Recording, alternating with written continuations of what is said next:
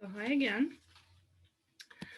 I will now share my slides. You will still see me, but you will likely not see, you will see my talk as well. Share. Okay, I'll be talking today about leadership, which I call the talk Lead Powerfully and Positively, even if you don't choose to lead. I'll tell you why I'm talking about it because, well, you will see insignia for Purdue University because I am an alumna of Purdue, and this is practice. So this is happening at Purdue Women's Conference that starts today, and I'll be talking at the conference itself. So I graduated from Purdue University in 2012 with a PhD in atmospheric sciences and have been working as a postdoc with the University of Maryland and NASA as a postdoc. And also, this topic came about when I studied at Institute for Professional Excellence in Coaching, iPEC. And this is the basis for how coaches are trained in this particular school. So I will be telling you a system that came from Dr. Bruce Schneider, who is the founder of iPEC. And I loved the topic. I loved the concepts that it introduced. And I think they are very useful and very helpful for learning about myself, learning, coaching, using this knowledge, helping people overcome whatever they're going through. So leadership. There are quite a few quotes. I was looking for various quotes and I found large number of quotes about leadership. But I chose some that are relevant to what I'll be mentioning today. And one good one is that leadership is about making others feel, making others better as a result of your presence and making sure that impact lasts in your absence. A lot of people talk, so in different respects, that in leadership, character is more important than strategy. Leadership is not about a position or title. It's about actions and example. This happened, this actually came as a proverb and was attributed to a lot of different individuals in this or that wording. And Brené Brown said, "Who we are is how we lead." So I'm inviting you to to look at leadership from the point of view of this character. What is character? How we lead, how we show up, why it is important, and how it comes to be. So a lot of times when we think about character, when we imagine a person shows up a certain way. So they have some energy about them. Some are energetic, some are not so energetic, some are, caring, some are thinkers. So different ways we perceive a person. When a person is born, really they are a clean slate. They what I believe is they have personal characteristics of some talents, maybe some traits, character traits. But as they grow, they absorb a lot of information from where they live, from their culture, from their parents, from how things are done in their family, in their school, whatever stories they hear from their own experience, and it forms their core beliefs. It forms it, and as they grow, they believe a certain way, and they see around them things that support this belief. For example, in my family, people were good with money. So, I grew up thinking that everybody has it, that everybody, can count money, does savings. And it was a revelation to me that not everybody can do that it's something that is not a common sense. Or, if you grow up knowing that if you grow up in a culture of caring, this becomes your core belief. If you see your parents are extending these caring thoughts, they're serving, they're helping others. You go, say, to church where everybody is serving. You're in this bubble of people who are serving. You grow up knowing that this is something normal. This is something good. So when you see somebody that's not doing that, it may be strange. You may be judging them as selfish. You may be thinking that this is not good. And so you, in all the areas of life, you grow up and accumulate this worldview, the system of beliefs and values that shape your lenses, shape how you look at the world and how you interpret what's going on in the world. And these beliefs, they inform how we think, how we feel, how we act. So thoughts, as in this graph, our thoughts inform our feelings, and our feelings affect what we do. In academia, there's an example that was given to us when we were in school that I really like, that resonates with me, is that if I grow up and I'm told that I'm a bad student, that I'm not good at math, that I'm a worthless as a student. I grew up, I know this, I believe it. So my brain picks up proofs to that. So what do I think? Well, I'm not good at math. This is my belief. This is what I think. So what else do I think? I think that maybe I shouldn't be applying to this school. Maybe this profession is not for me. I feel deflated. I feel defeated. I feel not good about myself. And my actions are what? I don't apply to school. I don't try things. And as a result, I don't get far with this. And so it confirms my original thought. On the other hand, if I'm told I am a star, it doesn't matter what I actually know, what I actually do, how good I am at things, but I know I'm a star. If you disagree, well, maybe you're wrong, but I know that I'm good at math or whatever it is I am, dancing, singing, anything. That thought makes me feel so good about myself. I feel optimistic. I feel like I can do anything. What do? I go apply to scholarships, to universities, to programs.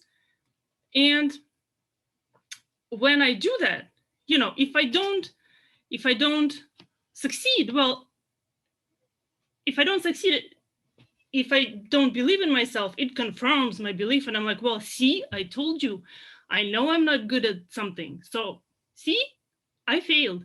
If I do believe in myself and I fail, or I don't get accepted to whatever university, I'm like, well, not for me. Or, well, they don't know what they're missing. So I'll go and apply more. And as a result, you keep taking action and you get somewhere. You learn, you get experience, you get a result that teaches you and confirms your thought, and you keep growing in life, you progress in life. And that's with everything. And the trick here is that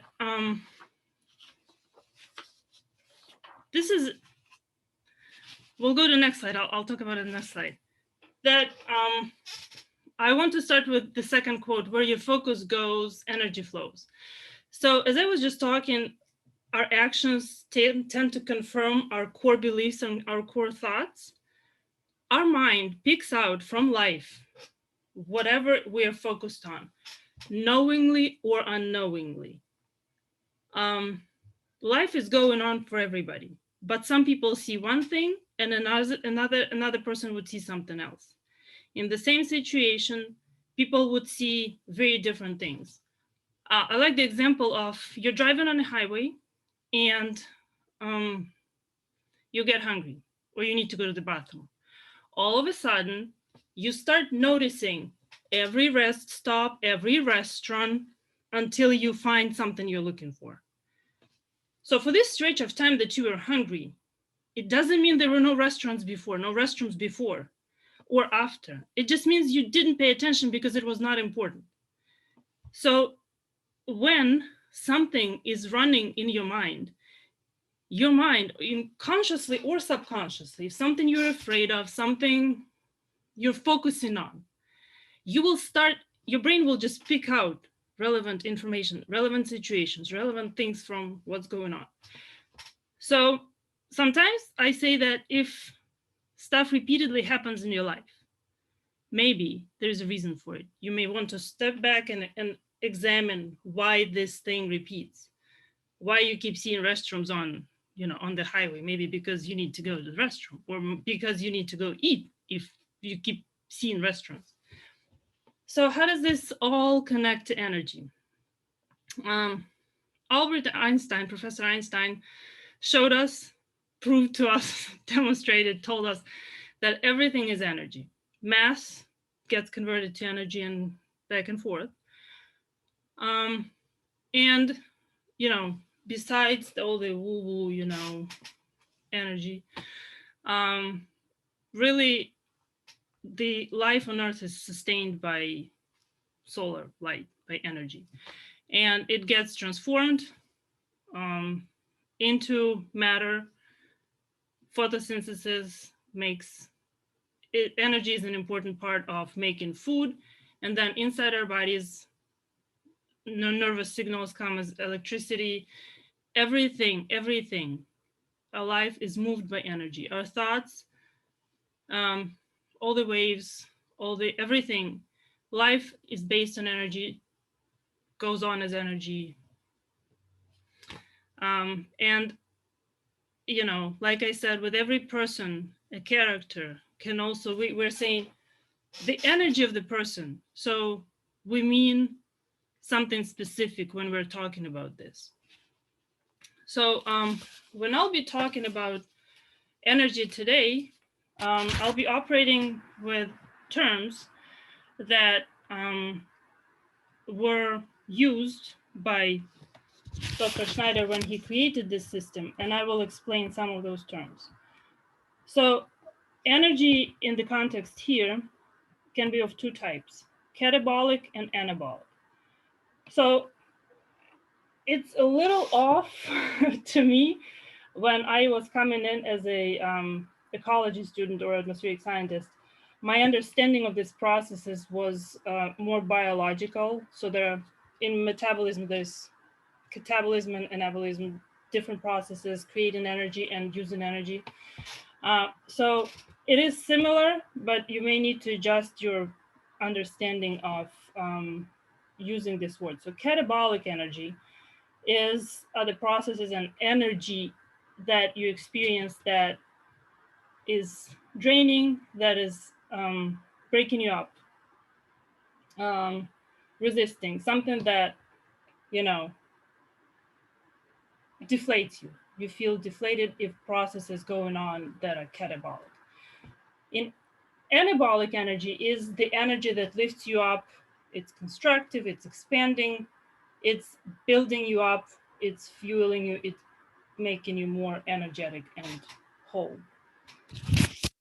So let me give you this into chat if I find a way to do that now.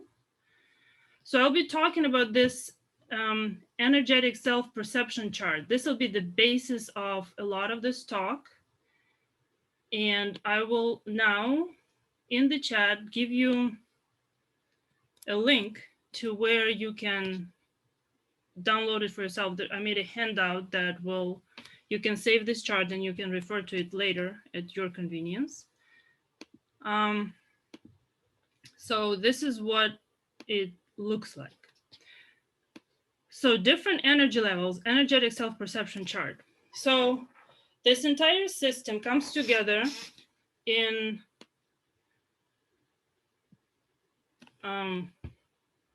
ties energy, thoughts, emotions, and actions in one big system.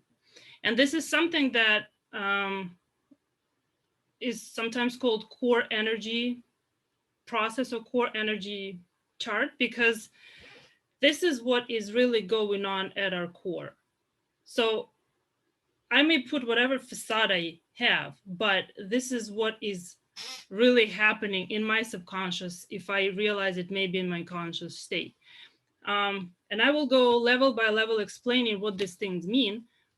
So this is how we perceive ourselves. This is how we behave, feel ourselves.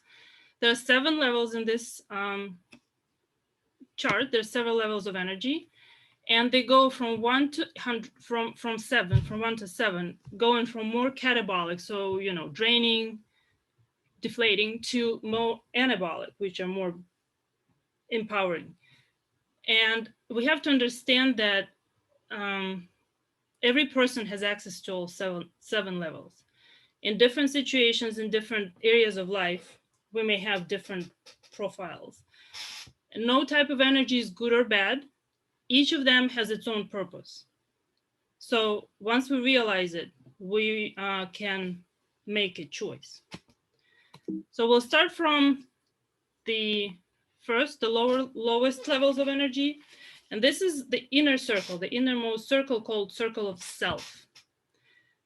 This is where the person is focused mainly on, the problem, very often weak personal identity, low self-esteem, and they are operating as from the state of need.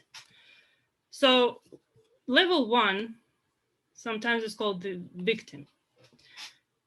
The core thought of this level, people who have resonated this level, I lose. So I'm a victim. I am at a mercy of whatever's going on. The universe, things are happening to me. I am a victim. I'm very problem focused. Things are outside of my control. I am powerless. So you don't see a lot of options. You just focus on your problem and you suffer because of it. And you feel like everything is lost. Very problem focused, passive, a lot of apathy. So core feeling is apathy, like I cannot do anything. And because when you feel like that, what do? You do nothing. You just sit there and suffer and complain. So, of course, the first thing we see is a lot of disadvantages. You don't engage, you take no initiative, you don't lead, you just, sit and suffer. But there are several advantages to this that can be had, because nothing is happening for no reason. If a person is doing something, they're getting something out of it. So people stay in this state sometimes for long periods of time because they get sympathy. So when you complain, people take care of you. If you're in the right circle of friends, family, they take care of you. They provide for you. You don't take any responsibility. They protect you. This is the level of energy where, sometimes maybe you get some rest. So, but this is where you don't do much.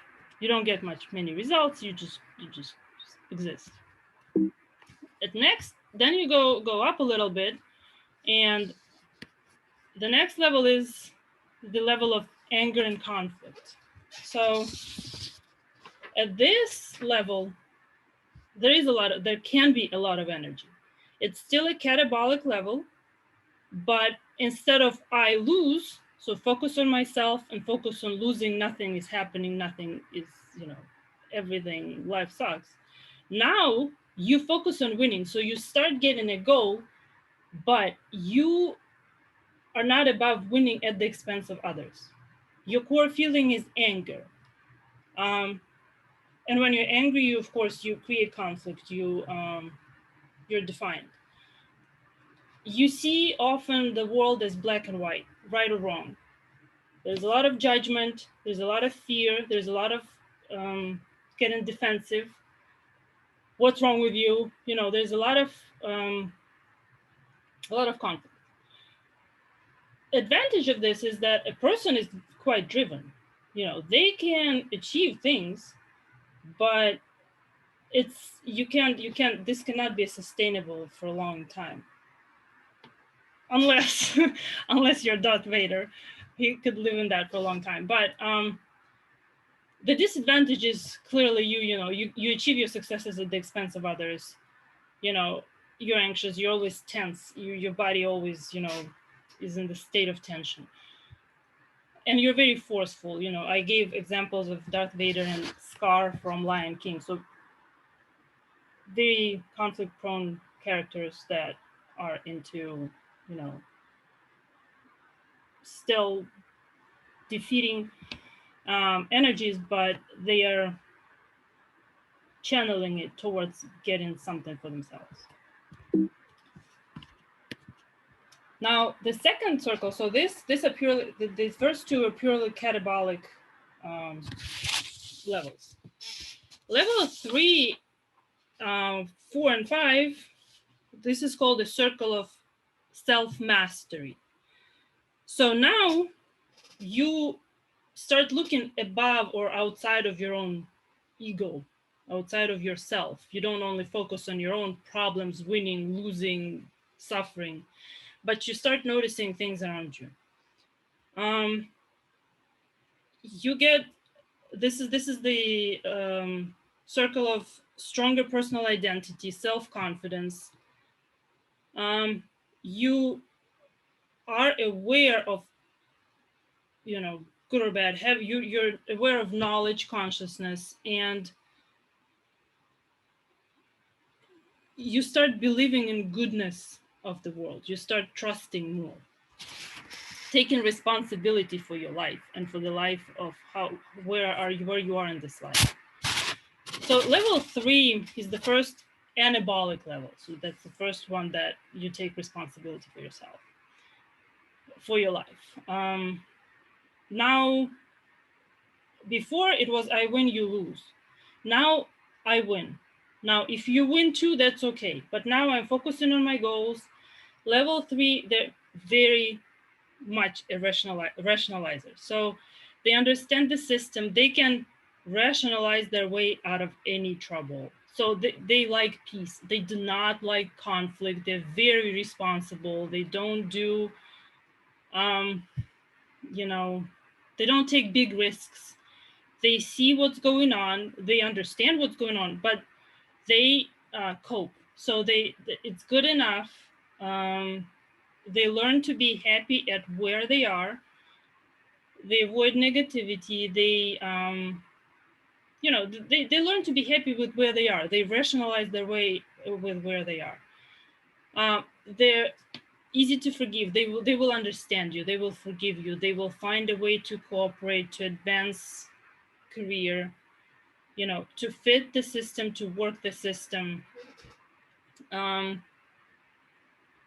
The advantages, of course, they're very reliable. People usually are, this kind of people are usually, they're very hardworking. It's not like they don't see obstacles. They overcome obstacles because they're hardworking. They find ways to appease people, to work within the system, engage. They operate in progress. Not so good is that because of this, it's good enough. They don't pursue a lot of good opportunities. Maybe sometimes they may even realize them, but it's leaving the status quo. It can be too dangerous for them. And what's good enough is good enough. They can, because they're not above judgment. They're still judging. They understand something as not what they want, but they rationalize their way out of it. Like they find good in what's going on. So that's level 3, the rationalizer. I gave 2 examples. Joy, if you've seen this movie, she was super hardworking. She was, finding her wins, finding her goals, but she was still, a little uncertain of herself. She was, finding good, all these people who were surrounding her. She was, working hard to support everybody. And she was dragging all this weight with, and found a way to, you know, explain to herself why it's worth it. Not everybody would do that. Everybody, like, there are a lot of people who wouldn't care, but she was responsible. And Queen Elizabeth, I was watching The Crown, and I was listening to a book about her recently, and a combination of her character and her position as a queen gave me this impression that she was sounding a lot like level 3 to me, because her entire profession, entire position is to maintain the status quo, to find good in the bad, to, you know, to carry to carry this responsibility and to go on maintaining, you know, this, keeping the system together. So she embodies this working the system. Level 4 goes up, and that's the caregiver. The this is the people that are caring for others. They're not concerned about themselves, but their main thought is, you win. I'm happy if you win. They're very compassionate. They are all about service in thought, in feeling, in action. They feel very selfless, work for others. They are happy when others win first. And so the advantages is that because they care about you, they find a way to, you know, they don't take a lot of things personally because their focus is on you. So you're maybe mean to me because you're hurting. You're hurting turns on their service gene in their character. They're very loyal. They're, you know, they put whoever they're loyal to first. But very often they don't have strong personal boundaries. They are prone to burnout. They're prone to being people pleasers. A lot of people who are not honest, who don't have enough integrity, they tend to take advantage of them, because not everybody is like this. Not for everybody, service is the core value. The next, level 5, is about opportunity. So that's the opportunist. In terms of winning, we have to both win. We win or we don't play. I mean, it's the epitome of win-win. This level of people, this kind of people, they see opportunities. They don't, you know, they don't see failure as a failure. They're seeing it as experience, as an opportunity to learn. Excited by loss because, well, I lost everything. Now I start from scratch. I can take it wherever I want. I'm not burdened with whatever I didn't like last time. They don't do judgment. They're very excited. They're very optimistic. They accept life as it comes because they go from thing to thing. They're more energetic. They're quicker. They're faster. It's a different. Like if level 4 would feel like something soft and, you know, accepting, level 5 would be accepting but more dynamic. They would be good at figuring out things. A lot of entrepreneurs have a lot of level 5 energy. Mary Poppins is one here who, you know, she was upbeat and she was always finding something to do, some way to solve a problem. So she's like level 5 to me. The disadvantages can be that they can be overanalyzing, because level 5 is a lot of living in their head. And because they're living in their head, they're very tuned to ideas, tuned to not always personal things. They see the system, how things connect together, how you can extract opportunity from it. So if they don't put focus on relationships, they can be seen as arrogant or like lack of feeling. And sometimes they're overly optimistic. Sometimes they, if they have a lot of level 5 energy where they see opportunities without a backing of the hard work of, for example, level 3, they can start a lot of things but never finish because they don't like work. They keep seeing other shiny objects. Now, level 6 and 7, we're going up from the circle of self-mastery into the circle of self-transcendence. So this is a circle where the ego becomes less important. So the sense of individual self gets dissolved into more, more important things. You start thinking and worrying about timeless things, about the universe, about the connection with others, about the flow, how things work in a bigger sense. A lot of it has to do with faith. A lot of it has to do with intuition, knowing, sensing, being aware. So it's not burdened. It feels like high frequency, very light. It's a lot of anabolic energy, not a lot of catabolic energy. So level 6 is called the visionary. It's a person who is at the level that understands that everybody always wins. So because you can see the connection of everybody to everybody, you make different choices because you may be more careful in your choice as an individual because you see how it affects everybody else. You're thinking about bigger things. You see the whole. Your core feeling is joy, and when you act, because you see the whole big picture, you tend to make wiser decisions because you take into account so many more parameters, and your creativity helps you find a way not only win-win, like it's not only the two parties win, but we all win. It's I gave an example of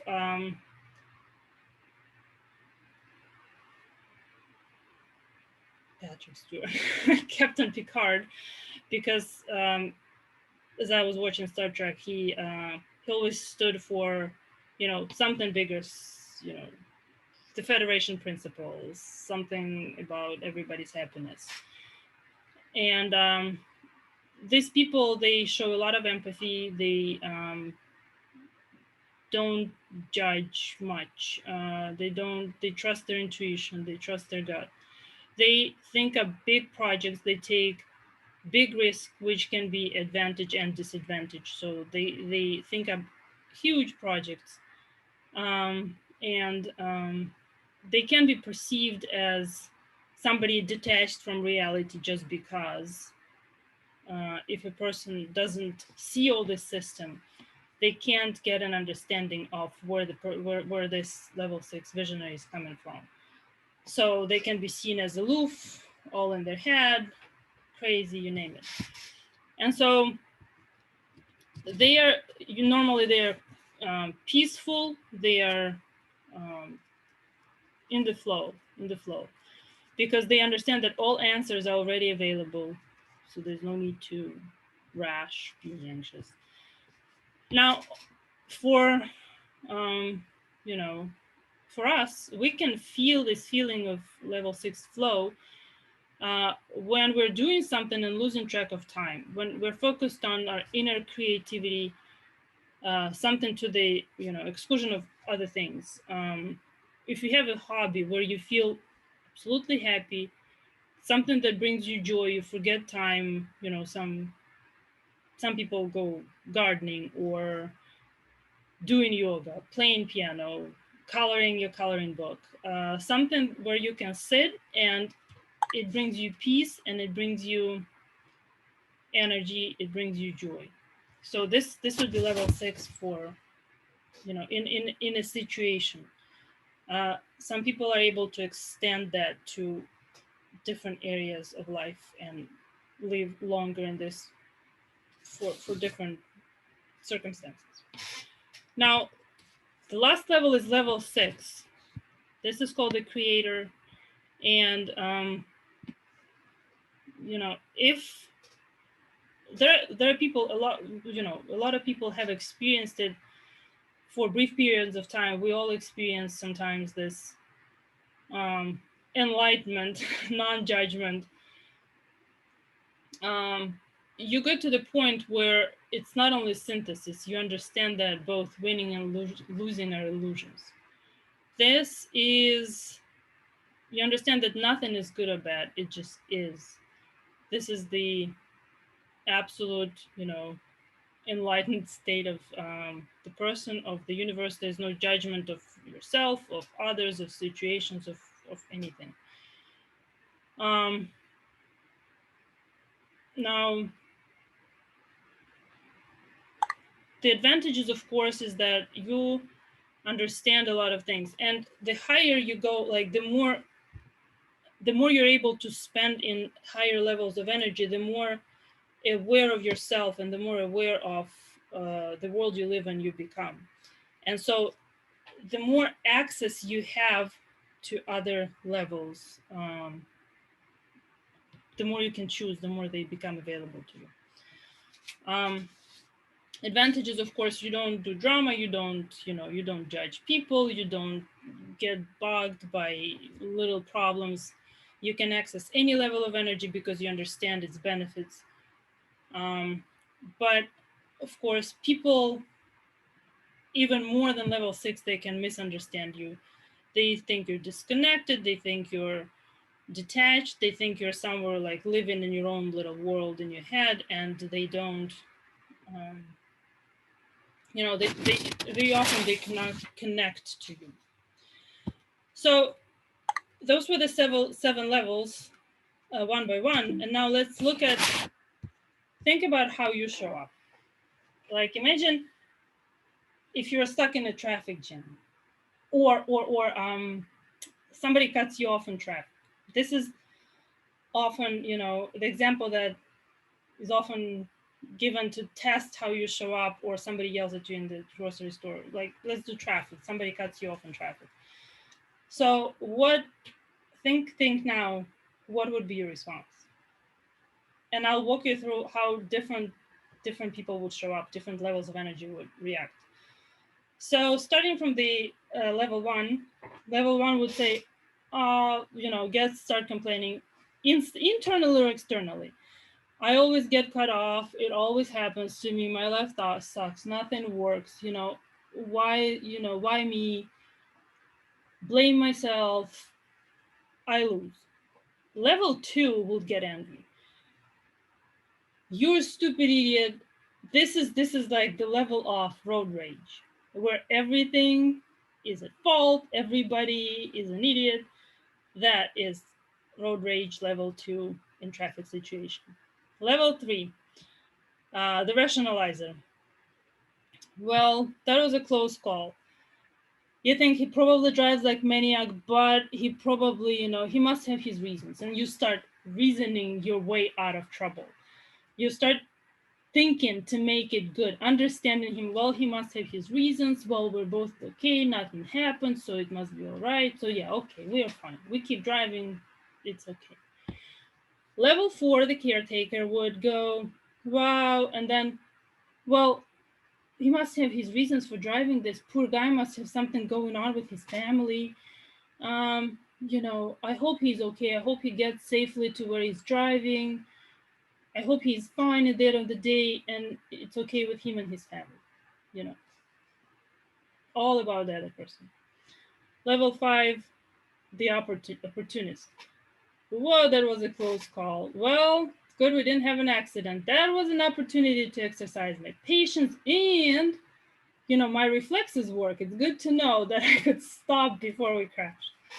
So seeing opportunity, it doesn't even go to thinking about the reasons for other person. Like level 3 was thinking the other person must be driving like that, like a maniac all the time, but it's okay because so and so.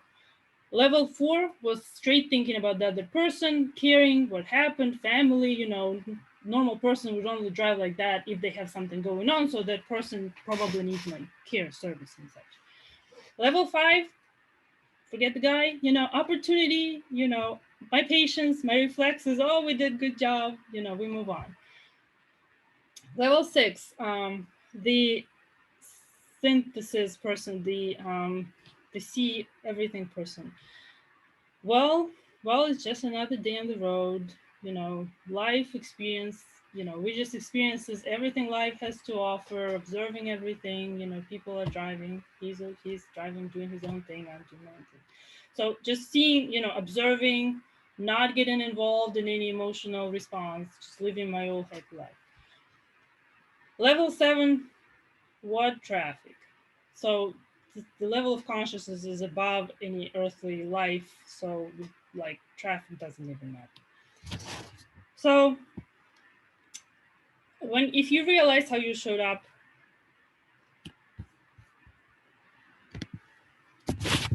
something in chat, hold on, I'll pay attention to chat.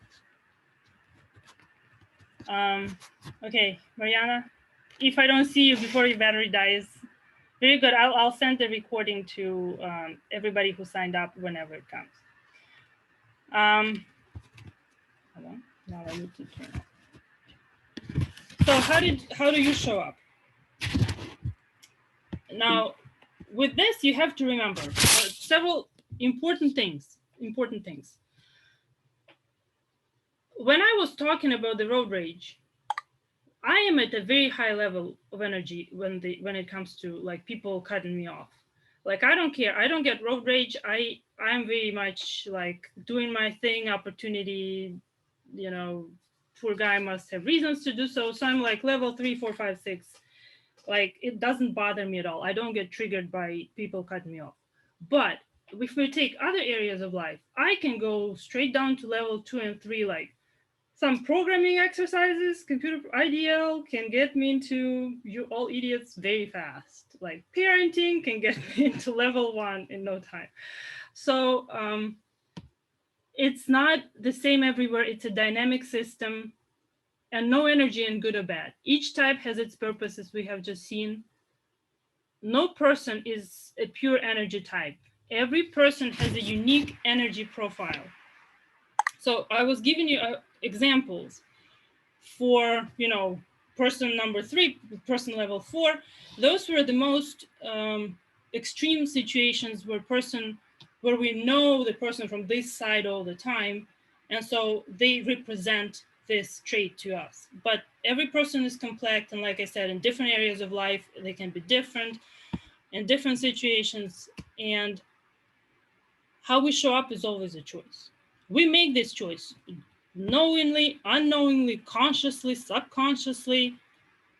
If we don't choose, if we refusing to make a choice is also a choice. So, whatever beliefs are running us, whatever beliefs are informing our thoughts, feelings, and actions, the more we understand what is going on in our mind, the more we can control it, the more we make this choice consciously. So, as I showed you with the traffic situation, reactions can be very different. And when we realize this, when we understand this, we can actually choose to react the way we react. Not necessarily in traffic, but if something important is going on, if I was preparing for this presentation and, my Easter was happening last week. And I was thinking, for a day, I'm like, well, it's so untimely. Well, I wish it was some other day. So I was very like level 1, very, very defeated about it. But then I'm like, well, it's an opportunity. It's an opportunity to practice, to talk to people, to, meet new people. It could be good for my coaching business. So understanding my thought helps me reframe to something that I actually want to feel and the way I want to act, the feelings that will support my actions, the actions that will get me to where I need to go. Not get stuck in what you may feel, whatever you feel, that's okay, but don't get stuck in it. If you make a choice to feel something else, you can go ahead with your choice. So, and now, so this is about changing your strategy. If you want to change your pattern of behavior, how do you do it? Well, you stop, you breathe, and you start observing your thoughts. What is it I'm feeling? What is it I'm thinking? What really triggers me in this situation? And when I feel like this, what do I do? What do I do about it? Is this action going to take me where I need to go? No? Well, then what action do I need to take? What thoughts do I need to feel? As it's not a difficult process. Observing your thoughts, if you do it often enough, will become a habit. And this is how you reclaim your responsibility for your actions, for your life, because you start making a choice to what you want, not whatever is happening to me, not life that's happening to you, but you think about what you want and what you need, and you change your energy accordingly. Now, what I want to demonstrate to you now is I want to take you through this process of changing your strategy. And so that you don't, focus on what's coming next, I want to take you through this exercise. I'll be talking and you just follow my instructions. Find a situation that, that is previous experiences, something that's bothering you now, where you felt stuck or you felt unhappy about something. Like you don't feel like you're doing what you're supposed to be doing. You don't like what you're doing. Now, in this situation, what thought or what several thoughts do you have when it comes to whatever this challenge is?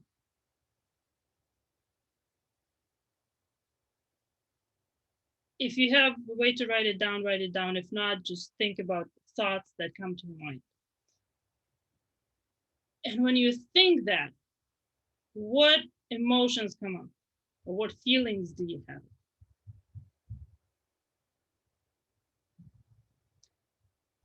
And now, when you think that and feel this way, what actions do you take in this state, with these thoughts, with these feelings? How does it make you act?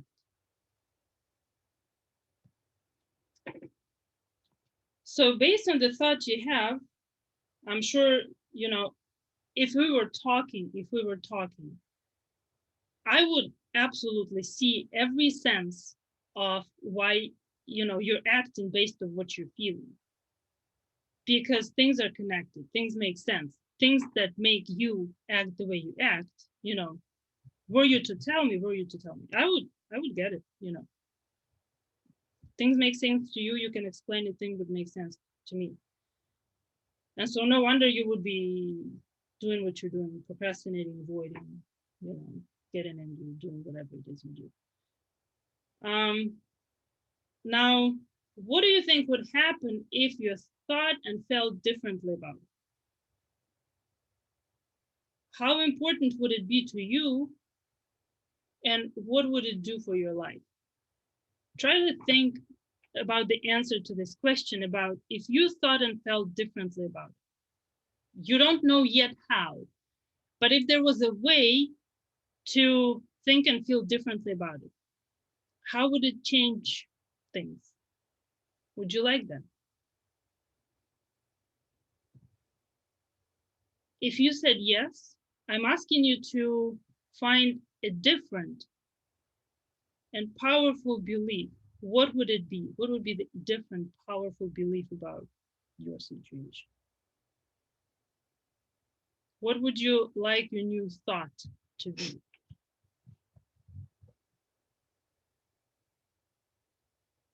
Take that thought and imagine it's true. What would that feel like?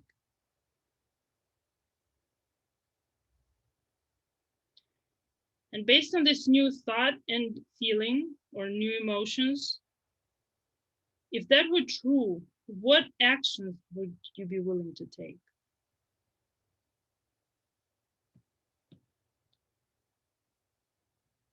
And now, if that changed anything for you, if that was a real situation, now that was a piece of coaching for you that shows you how you reframe your old situation and find a new challenge, or find a new way to solve it, find a new way to act in this situation.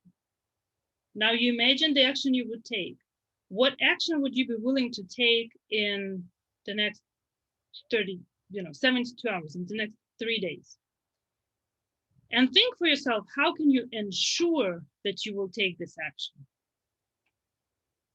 What has to come in place? Do you need to ask for help? Do you need to move your furniture, cut your hair? What needs to happen for you to take this action? Do you need to write it in your notebook, make a call, cancel something else? What needs to happen for you to take this action? You can write it down right now and go and do it. That is one last thing that you have to worry about. One problem solved right here. Okay, so what do you do with everything you just heard? What are your next steps for the information I gave you? One thing to do, so this energy self-perception chart, it's a basis for the system I told you about. It's a basis for energy leadership index assessment. It's a questionnaire, it's a tool that allows you to see where you are, what is your energetic profile right now. As I said, it's a dynamic system. You can make choices, you can change things, but it will take you a snapshot of where you are in your life. And you will see this graph with different bars. So the energy leadership index, you answer a set of questions. It takes about 30 minutes, 20 to 40, depending on how fast you think and type or click. It produces two of those graphs. Where you are, how much quantitatively in percentage of your energy is in what level on a normal day and under stress. They are normally very different. So under stress, you would react differently than what you would when you're like have a lot of inner resource. And then what is usually recommended is taking this ELI and having a debrief from a person who sent you the link. So most coaches who graduated from iPEC are also ELI master practitioners. So you cannot just go online and order the assessment for yourself. You have to go through somebody who will administer, who will send you a link to the assessment. And so all these people are also qualified to provide what's called a debrief. And so in 90 minutes, you will go through a process where you would go through every level of energy, how it shows up for you, how much of it you have, how much of it you want to have or don't want to have. And you see your strategies, you see your patterns in your behavior, thoughts, feelings, and you will see what changes you want to make. And the coach who is doing your debrief will help you chart that map of where you are and where you want to go. If you want to continue with a coach, they can use different tools to help you shift your energy, to have you re-customize your profile to what you want it to be, to how you want to show up and how you want to act going forward because you want to reach certain goals. You can read Energy Leadership book by Bruce Schneider. It's an excellent case of applying this concept for a business situation. So it describes a company that went from, next to bankrupt to applying different concepts to the boss and to employees, how all of them changed, how the system, the dynamic changed. So that could be useful and helpful for different situations. You can see and you can also apply this. I was actually thinking about family because I am in charge. I'm as a boss. I have 4 kids, and so I'm in charge of them all. And so that provided me some insights into the dynamic within my family that I recommend. So with that, I'd like to finish and I thank you. And I'd like to leave you with a thought that your energy is a dynamic system and you choose how to shape it. It's all the choices. I thank you and You have a wonderful day.